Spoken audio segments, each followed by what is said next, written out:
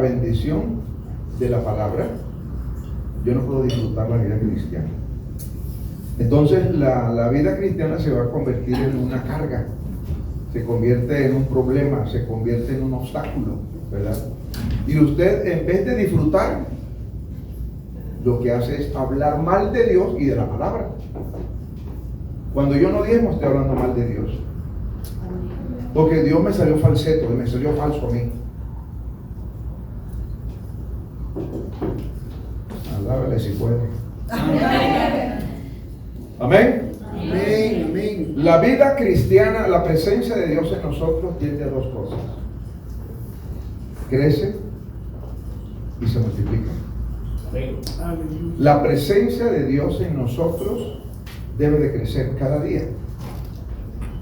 Pero no solamente debe de crecer, sino que también debe de multiplicarse en la vida de otros. Aleluya. Lo cual me indica que un cristiano que no se multiplica tiene un problema.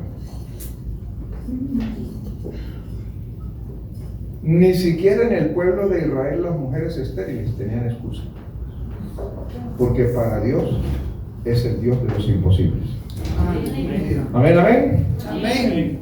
Amén, amén. Amén, amén. Entonces, ¿qué necesito para poder desarrollar una vida cristiana que realmente honre a Dios? Ser una persona íntegra, ¿verdad? Y el que me da la integridad es el poder de la presencia del Espíritu Santo en mí a través de la palabra. ¿Estamos? Amén, amén. ¿Estamos? Amén. Si la palabra no es una realidad en mí, entonces solo se me vuelve una carga. Ir a la iglesia es una carga. Hacer una tarea para Dios es una carga. Levantarse todos los días a orar y a leer la Biblia es una carga. Significa que no soy un cristiano efectivo. Y lo impresionante es que Dios me necesita a mí como un canal de bendición para poder bendecir a muchos. Porque al lado de su casa hay gente que lo necesita, su familia lo necesita, los compañeros de trabajo lo necesitan, los compañeros de estudio lo necesitan. Amén. Amén. ¿Dónde está el problema? Acciones no cerradas del pasado que impiden los propósitos eternos de Dios hoy. Aleluya. ¿Estamos de acuerdo? Amén. Entonces usted tiene muchas cosas buenas, pero hay algo que le está fallando. Y eso que le está fallando le está robando la bendición. Así es. Y lo más bravo es cuando nosotros aceptamos que el devorador esté para acabar y arruinar con nuestra bendición. Amén. Amén. Y una de las grandes cosas que usted va a encontrar es el problema de la falta de perdón.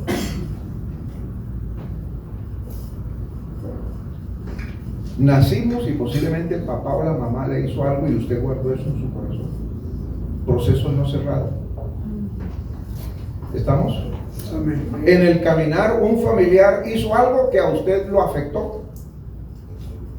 Y aún dentro de la iglesia.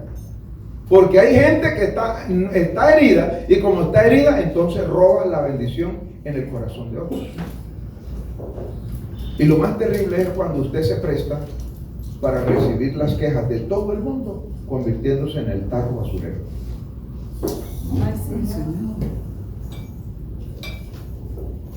A veces para la palabra no paramos tanto la oreja, pero a veces cuando alguien me viene a hablar mal de otro y de sobre todo el pastor o de los líderes de la iglesia, ahí sí paro la oreja. ¿Cómo se llama eso? Acciones no cerradas en nuestra vida espiritual. Amén. En Génesis capítulo 1 estamos trabajando durante estos días un llamado a la reconciliación. ¿Hasta qué hora estamos aquí, pastor? Unos 40 minutos. Un llamado a la reconciliación. Para eso la Sociedad Bíblica ha sacado una Biblia que se llama la Biblia de la Reconciliación, Biblia de estudio, ¿verdad?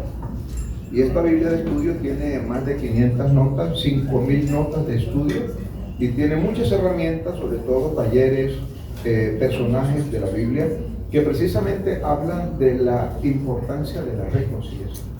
Y la reconciliación es un eje transversal desde Génesis hasta Apocalipsis. Si yo no conozco realmente el propósito de la acción de la reconciliación, estoy perdiendo el 60% de mi vida cristiana. Pero si yo no conozco la palabra, estoy desconociendo el 99% de lo que Dios tiene para nosotros. Amén.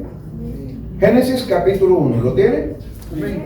En Génesis capítulo 1, después de que Dios había creado todo, dice el versículo 31, y vio Dios todo lo que había hecho. Y he aquí era bueno en gran manera. Y fue la tarde y la mañana el día sexto. Todo lo que Dios había creado era ¿qué? Era en gran manera, era bueno, era bueno. Pero usted va a encontrar que en el capítulo 3 todo lo bueno se comienza a romper. ¿Y dónde nace el problema? El problema nace en el capítulo 3 cuando la serpiente se le acerca a Eva y le dice, no, es que seréis como dioses. Lo que Dios le ha dicho es cuento. Pero si ustedes comen del árbol del bien y del mal, ¿qué dice? Seréis como dioses. ¿Sabe qué significa seréis como dioses? A partir de ese momento rompo el propósito, el proyecto de Dios en mi vida. Y entonces, como rompo el propósito y el proyecto de Dios, todo lo que Dios había creado, que era inmensurablemente bueno, todo se rompe. Se rompen las relaciones, se rompe la acción con la naturaleza, se rompe el puente consigo mismo, se rompe el puente con el prójimo, se rompe el puente con todas las cosas, y aparece en el capítulo 4 un problema de violencia. En donde un hermano mata a otro hermano. Eso fue lo que Dios le enseñó en el capítulo 1. El romper las relaciones fue lo que Dios le enseñó a esta pareja en el capítulo 1 y en el capítulo 2. ¡No! ¿Qué rompe el propósito? Cuando yo rompo con Dios pensando que yo sé más que Dios. Y cuando yo no leo la Biblia, yo le estoy diciendo, yo no te necesito, yo sé más que tú. Amén. Amén. Eso no pasa aquí, ¿no? Eso pasa en otra parte. De tal manera que el resultado de la violencia y el resultado de todo el desbarajuste que usted va a encontrar es el problema seréis como dioses. Porque el seréis como dioses es el propósito del Creador, no lo necesito. Yo voy a plasmar mi propio proyecto y mi propio propósito. ¿Está claro hasta aquí? Amén. Amén. Entonces mire lo que usted va a encontrar. Lo que usted va a encontrar inmediatamente es que se impone el mal por encima del propósito de Dios. Y no solamente eso, todo se afecta. De tal manera que la unidad, la igualdad que había en el capítulo 2 y en el capítulo 3 se rompe, ¿verdad? Pero aparece una palabra que se llama la autosuficiencia. No necesito a Dios. Y esa autosuficiencia, oiga bien, declara que yo no necesito de nadie porque yo tengo la capacidad para manejarme solito. Se rompe la comunión, la armonía entre la pareja, la igualdad que Dios le había dado. Ahora el hombre tiene dominio sobre la mujer, y ahora la ruptura de la armonía y de la comunión, la pareja se traduce en dolores. El hombre tiene que conseguir el sancocho con dolores, y la mujer va a tener sus hijos con dolores. Amén. Amén. Y lo más tremendo es, ellos tenían la costumbre de acercarse a Dios a tomar un tinto. Qué bueno aquí tomando tinto. A tomarse un tinto en el jardín del Edén, y ese día Dios lo llama. ¿Dónde estás? Y por primera vez, ¿qué hace? Se esconde. ¿Qué es la primera acción que una persona en la iglesia cuando comienza a caminar mal, qué hace? Se esconde de la iglesia. Amén. Amén. No quiere tener ningún compromiso con Dios. ¿Dónde estás? No hice y de ahora en adelante nosotros vamos a hacer las cosas de acuerdo a nuestra manera. Pero usted va a encontrar en el capítulo 6 que Dios le dolió en su corazón la maldad que había en toda esa generación. De tal manera que Dios acabó con todo. La Biblia marca entonces una acción especial.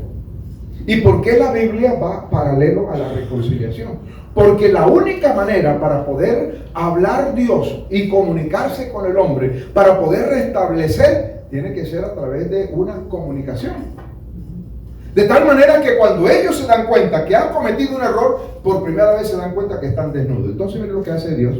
Prepara un cabrito, lo mata y le prepara un vestido especial para los cubre. Aleluya. ¿Cómo se llama eso? Cobertura.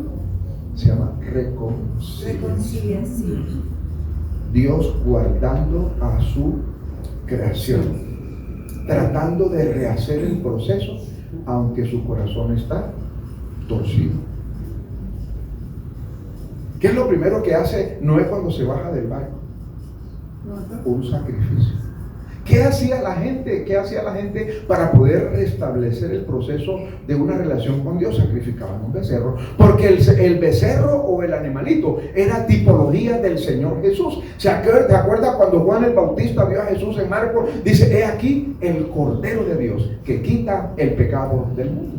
Amén. Amén. Entonces mire, el hombre desbaratándose y Dios tratando de armar armonías y levantando puentes. La primera cosa que aparece en escena entonces es la tradición oral. Adán y Eva le cuentan a sus hijos cómo Dios creó de una manera tan espectacular todas las cosas, pero que ellos lo dañaron. ¿Cómo se llama eso? ¿La qué? La tradición oral.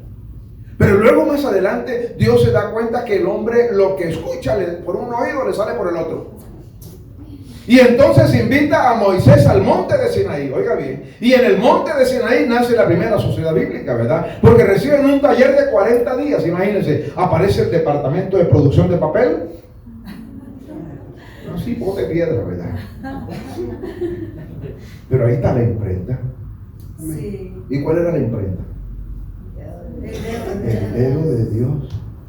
Tremendo esta imprenta tan especial. Y lo más bravo es que lo que Dios imprime en ese lugar, ahora se lo entrega a Moisés, el departamento de distribución, era la novia de la época, ¿verdad? Y le dice a Moisés entonces: tú tienes que distribuir este producto. Tradición oral, la palabra escrita. Amén. Amén, amén. Amén. ¿Y qué significan los 10 mandamientos? Paz con Dios, paz consigo mismo y paz con todos los que me rodean. ¿Cómo se llama eso? Reconciliación, armonía, paz. ¿Estamos? Amén. Y entonces usted va a ver la manera como el pueblo sigue andando en su camino, pero Dios le dice: no, vamos ahora con la palabra, pero póngale música. Y aparece la palabra poética. Pacientemente esperé a Jehová. Y cada una de las palabras poéticas era una canción. Ahora ya no solamente escúchala simplemente, sino que ahora ¿qué? Cántala. Adora a Dios, conéctate con Dios a través de la alabanza y a través de la adoración, que para algunos es alto. Pero luego llama a un hombre para que dirija la nación y le asigna a un profeta. Hoy los reyes están manejando, pero no llaman a profetas, llaman a brujos o chamanes. Y aparece la palabra profética. A ver, ¿cuáles son las acciones que Dios creó? Número 1, tradición oral. Número 2, la palabra escrita. Número 3, la palabra poética. Número 4, la palabra profética. Y ahora se para de tal manera la palabra, porque hay un bache entre los dos testamentos de 400 años donde Dios no dice ni mu. Y aparecen los libros deuterocanónicos. Y ahora dice: el pueblo que vivía en tinieblas vio gran luz. Aleluya. Luz les resplandeció. Aparece entonces Jesús como la palabra viva. Aleluya. Jesús es la palabra que viva. Y ahora Pablo dice en Corintios: y vosotros sois cartas leídas. ¿Dónde está la pelota? Está en mi cancha. Aleluya. Somos responsables. Amén, amén. A ver, otra Amén, vez. amén. La palabra, la tradición, ¿qué? Oral. Oral. Número 2, la palabra escrita. Número 3, la palabra poética. Número 4, la palabra profética. Número 5, el silencio de Dios. Número 6, la palabra Viva. viva. Y luego, Carta de ella.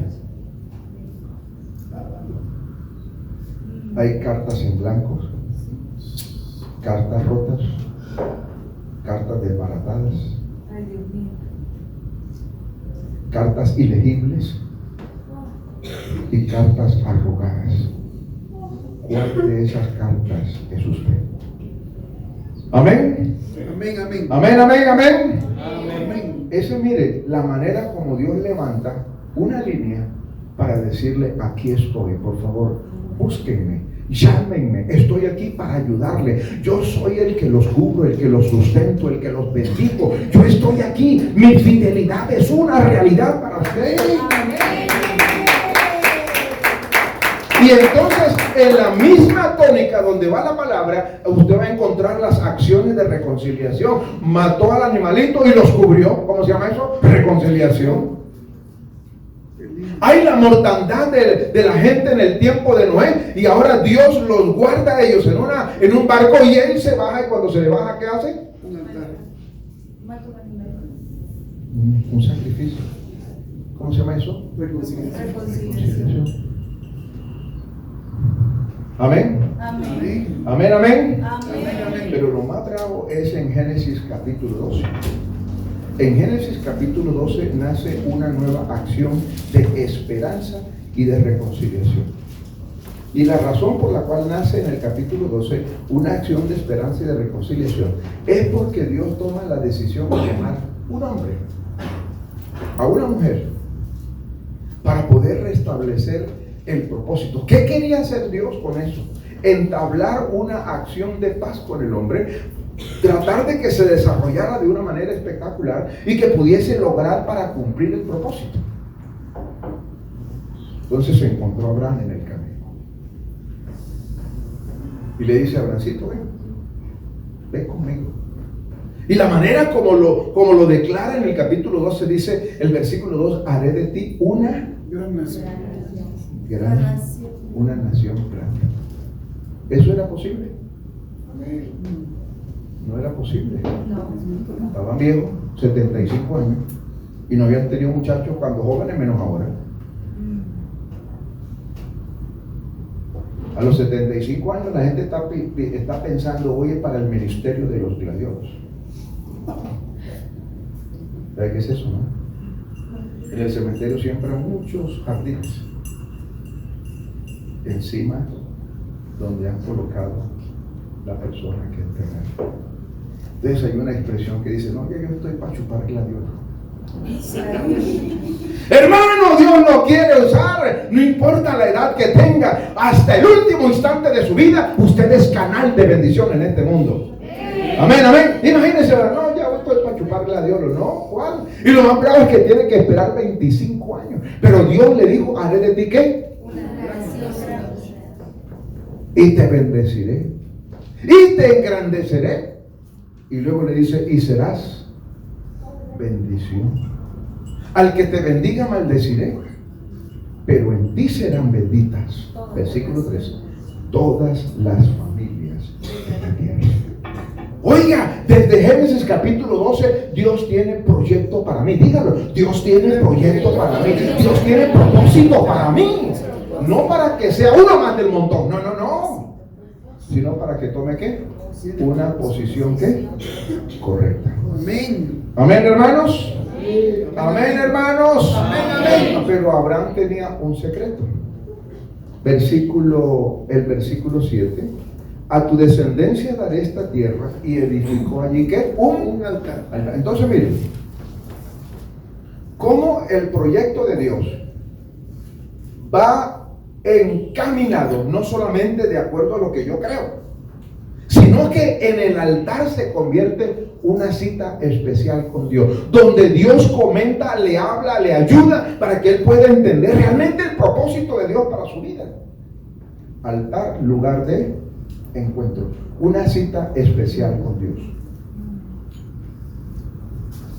Pero usted encuentra que los profetas muchas veces encontraron los altares derribados, destruidos, encenizados. Y hay altares que son como el hermano Nebecón. Todo el que se le acerca ahí sale resfriado del culto. Porque durante toda la reunión no tuvo una palabra de agradecimiento. Amén.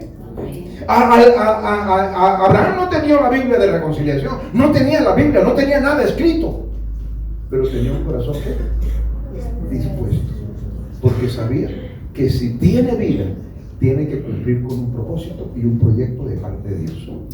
Amén, hermanos. Amén, hermanos. Amén. ¿Levantó qué? Un altar. Un altar. El versículo que sigue, el 8, al final, edificó allí un altar e invocó el nombre de Jehová. Amén. Capítulo 13. Había problemas entre los pastores de Abraham, versículo 7, y hubo contienda entre los pastores del ganado de Abraham y los pastores del ganado de Lot, y el cananeo y el fereceo, y habitaban en la tierra. Dios le había dicho: no lleve a nadie. ¿Es así o no? La promesa es para usted y para la viejita sana, ¿no? Pero él llevó a qué? ¿Y por qué lo llevó? Porque era su solo. Por corazón. Una pareja que no tenían hijos siempre cargaban con el sobrino más querido.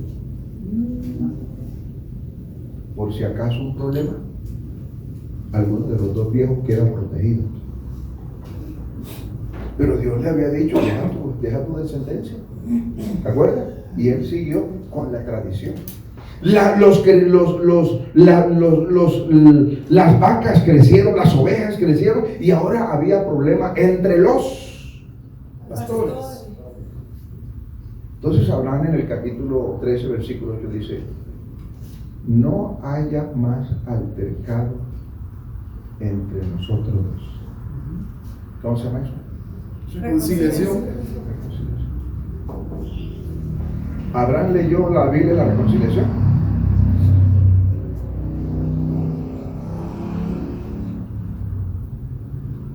Pero había en su corazón que en el propósito y en el proyecto de Dios debo ser íntegro.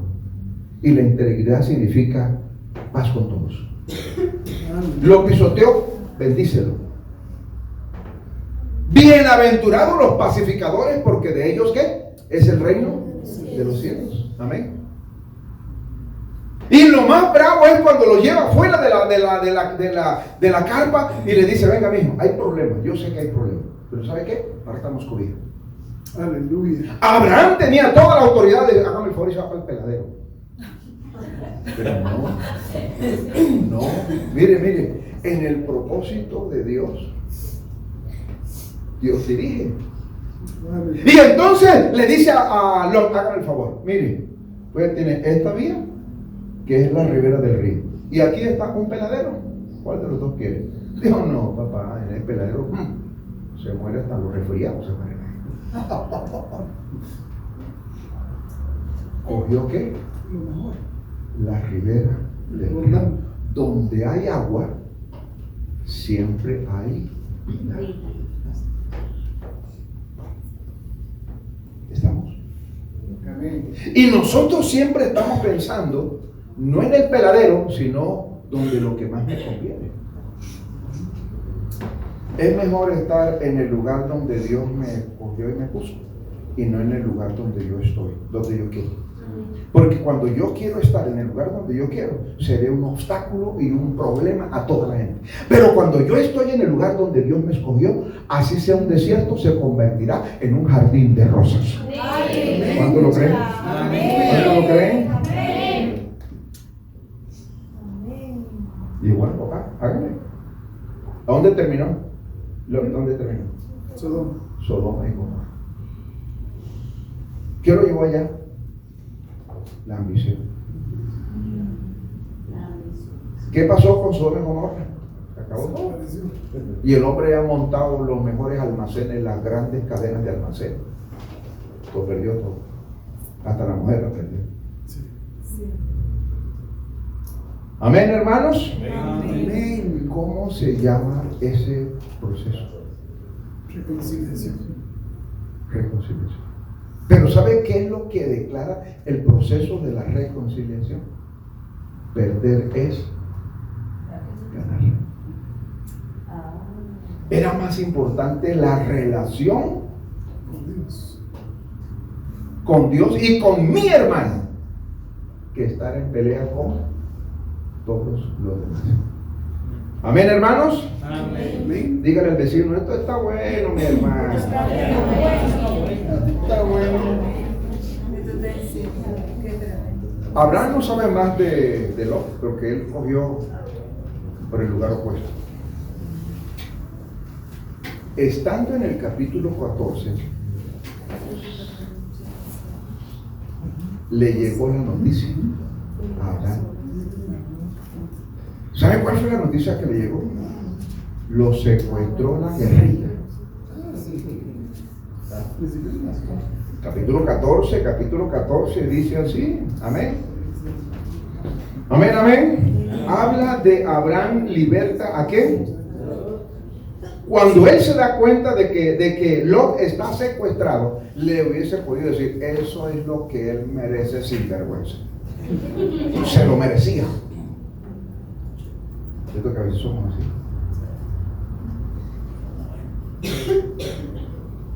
Lo que está llevando es poquito para lo que le hace falta. ¿Quién le dijo a usted que usted fue creado para maldecir a otros? Nosotros somos creados para hacer bendición. En ti serán benditas todas las familias de la tierra. ¿Para quién es esa promesa? Para todos. Amén. Amén, amén. Amén. Oiga, y cuando él se da cuenta, oiga bien, que había sido secuestrado su hermano, oiga bien, él no le dijo chupe para que lleve. Así le dijo. Mire la manera como actuó. Número 1. Versículo 14. Oyó Abraham que su pariente estaba ¿qué? Prisionero. Entonces, ¿qué hizo? Armó a sus criados, los nacidos en su casa, los cuales eran ¿cuántos? 318 hombres. Los reunió y le dijo, tenemos que defender a Lot porque se lo llevó el diablo. Antes de que lo acabe, tenemos que rescatarlo. Amén. Y se llevaban el hombre, las mujeres, la riqueza y todo, ¿verdad? Pero él ahora toma una acción de ¿qué? Operación rescate. Oigan, ¿cuántos hermanos se lo llevó el diablo aquí de la iglesia? Los hemos ido a visitar, hemos ido a orar por ellos, los hemos bendecido. ¿Le ha ido usted para llevarle una frutica o un ramo de flores a la casa del hermano que se fue? Y lo más bravo es que es el vecino suyo. Ay, Señor. No necesita ni siquiera pagar gasolina porque está al lado de su casa. Pero este le dijo, no, que lo lleve el diablo. No. Armó a sus criados. Y la Biblia me dice que la iglesia tiene que armarse de ayuno, de oración. Levante la operación rescate para alcanzar a los que no han muerto, aquellos que están en problema, aquellos que están en crisis. Si llegaron aquí es porque Dios tiene un propósito con ellos. Amén. Pero el instrumento que Dios quiere usar es a usted. Amén. Amén. Amén. Amén, amén. Amén. Mire, los armó, los llamó y versículo 15, cayó sobre ellos de noche, él, su siervo, los atacó y le fue siguiendo hasta Oba, el monte de Damasco, y recobró todos sus bienes. También a Lot, su pariente, sus bienes y a las mujeres y las demás gente. O sea, no solamente rescató a Lot, sino a todos los que estaban Con él, Señor. secuestrados. Tremendo. Dios nos llama con la palabra de la reconciliación. Nos reconcilió y nos dio el ministerio, dice 2 de Corintios 5, nos dio el ministerio ¿de qué? De la reconciliación. ¿De qué? De la reconciliación. Oiga, pero ¿con cuánta gente usted ha peleado? ¿Cuánta gente no me habla? Y lo más bravo es cuando la persona se murió. ¿Y ahora qué hago? ¿Cómo paso al otro lado para pedir perdón? Porque somos tan duros de que no somos capaces de arreglar los puentes caídos. Haga la lista de los puentes caídos. Arranque de que usted nació y verá.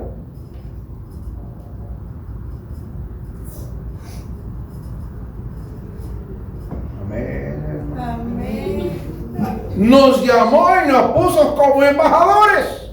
Ay, sí. Aleluya. Somos nosotros los que tenemos que ir al hogar del vecino que están peleando, a decirle, venga, tómese un tinto y arreglemos esto.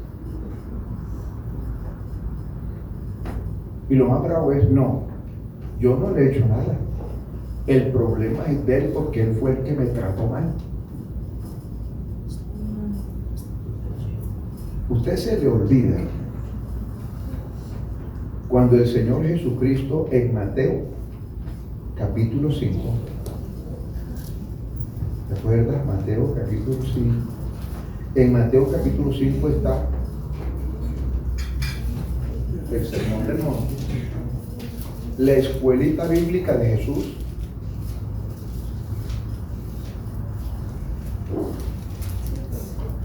Amén. Amén. Oísteis que fue dicho, versículo 21, a los antiguos, no matarás. Y cualquiera que matare será culpable ¿de qué? Juicio. De juicio. ¿Está claro hasta ahí?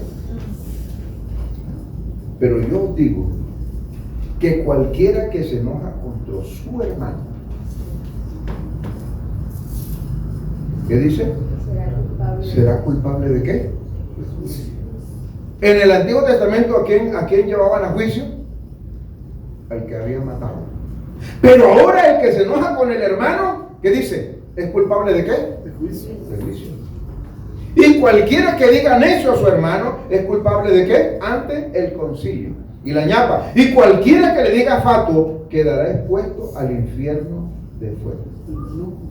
Entonces me digo que sí, más bravo todavía, versículo 23. Si traes tu ofrenda al altar y allí te acuerdas, no es que usted le hizo nada a su hermano, sino que su hermano tiene algo contra ti. Miren lo que dice: deja tu ofrenda en el altar, versículo 24, y ve y reconcíliate con. Capítulo 5, versículo 1, viendo la multitud, subió al monte y vinieron a él sus discípulos. La palabra discípulos viene de la raíz que se llama disciplina. O sea que los discípulos son los que tienen las disciplinas del reino. Disciplina para orar, disciplina para leer la Biblia, disciplina para obedecer, disciplina para perdonar, disciplina para ofrendar. Amén. Amén, hermanos. O sea que el que está en pelea con su hermano también es necesario que lo lleven ¿a dónde? Ante el tribunal.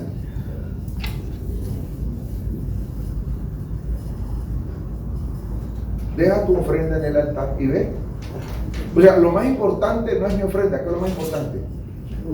Estar en paz con todos. Cuando yo estoy en paz con todo, es sinónimo de que hay integridad y armonía en mi corazón. Pero tiene problemas con su vecino, tiene problemas con su compañero de trabajo, con su compañero de estudio. ¿Qué hago entonces? ¿Qué hago con los enemigos? ¿Qué hago con los enemigos? Dígame, ¿qué hago? ¿Ah? Servirnos. ¿Qué dice la Biblia acerca de los enemigos? Bendecirnos.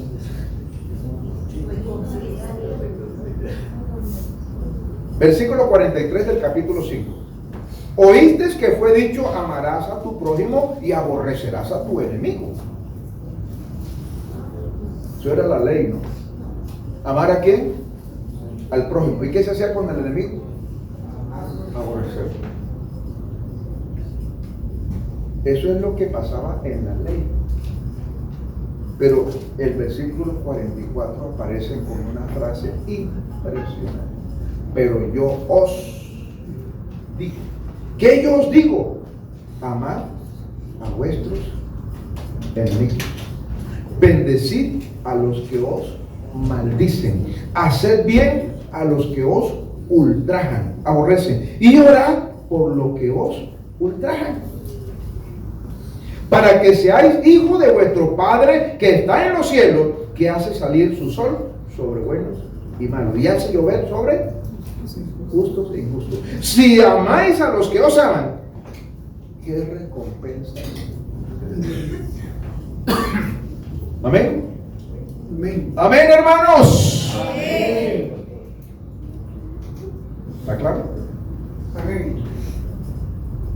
¿Qué es más importante? ¿Lo que yo hago o estar en paz con todo? Cuando usted está en paz con todo, produce un efecto impresionante en el corazón de la gente. Porque a veces mi testimonio no impacta, porque yo no amo a la gente, porque yo no sirvo a la gente, porque yo no estoy realmente transmitiendo lo que el Señor quiere que yo transmita. Amén, hermanos. Amén. Amén, hermanos. Amén. ¿Cómo se llama eso? ¿Acciones de qué? Entonces miren, la palabra va aquí y se convierte en un manual. ¿Para qué? Para que yo pueda tener una vida que honre y glorifique su nombre. Cumple el propósito de Dios, pero en la manera especial, el mejor secreto para ganar a otros es buenas relaciones.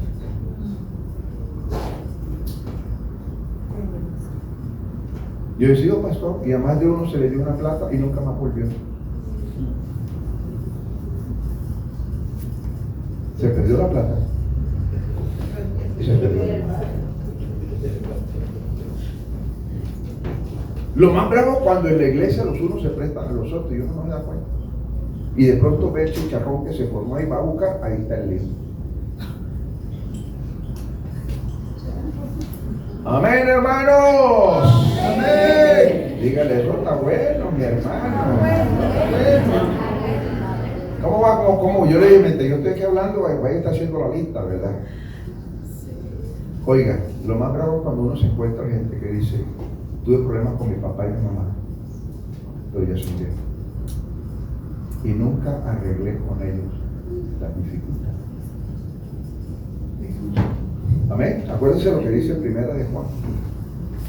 Si dice que ama a Dios, ¿a quién? No ve. No ve.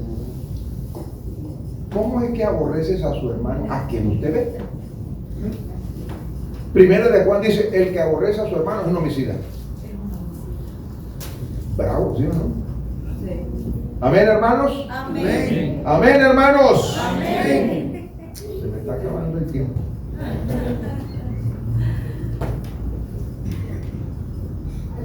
¿Cómo podemos nosotros realmente proyectar lo que la palabra de Dios dice? Cuando yo tengo un corazón dispuesto. ¿Pero qué me da el corazón dispuesto? Cuando yo miro la ley, cuando yo miro la palabra, cuando yo miro la escritura y la escritura me dice cuáles son los parámetros en mi vida cristiana. Amén. Pero la importancia de que yo debo de amar aún hasta mis propios enemigos. ¿Te parece? Amén. Amén, amén. Amén, amén. Lo más bravo es que dice Colosenses, en Jesús hizo todo el proceso. Porque después de toda la matazón de animalitos para tener paz, entonces aparece el Cordero de Dios que quita el pecado. Y cuando aparece Jesús en el capítulo 27 de Mateo, Él declara, hecho está, consumado es. Después que lo golpean, lo desbaratan, de acuerdo a Isaías 53, ahora ya llega a la cruz, y cuando llegó a la cruz, oiga bien, se escucha una voz que dice, hecho está.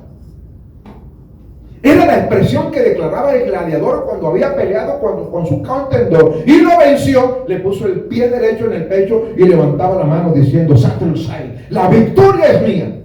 Y Jesús dice, la victoria es mía. Y todo el mundo se echa a reír. ¿Cuál victoria? Está desbaratada en la cruz. Allí estaba logrando mi paz.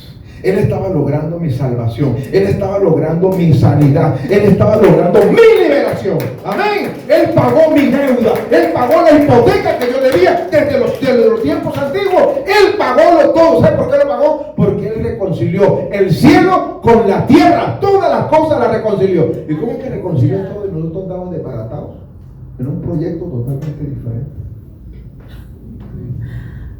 Amén. ¿Cuál es el sueño de Dios?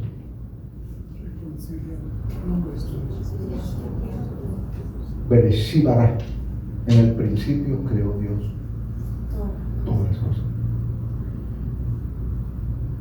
Creó el cielo y la tierra. Creó al hombre. Creó a la nación de Israel. Ese verbo solamente se usa cuando Dios es el que está en el sujeto de la nación. Creó al pecador arrepentido. En el Mateo 27, cuando Él resucita, ¿verdad? Y se le acabó el cumbión a todos los demonios que estaban celebrando la muerte de Jesús. Pero faltó parar. Apocalipsis 21. Cielo nuevo y tierra nueva. Lo que se desbarató en el capítulo 3 se restablecerá por completo en Apocalipsis 21. Aleluya. Así como Él lo planeó. Todo este tiempo impresionante trabajando en la reconciliación, levantando acciones de reconciliación para que al final podamos tener ¿qué? Cielo nuevo. Cielo, tierra nueva. Allá no habrá hambre, no hay llanto, no hay dolor, no hay muerte, no hay enfermedad. Lo que Él quería desde tiempos antiguos. Aleluya. Amén, hermanos. Amén. Es un brochacito de todo lo que miramos, pero Dios quiere sanar nuestro corazón. Así es. ¿Parece? Así ¿Qué tal es. si estamos de pie Amén. y le decimos al Señor que nos ayude en esta hora?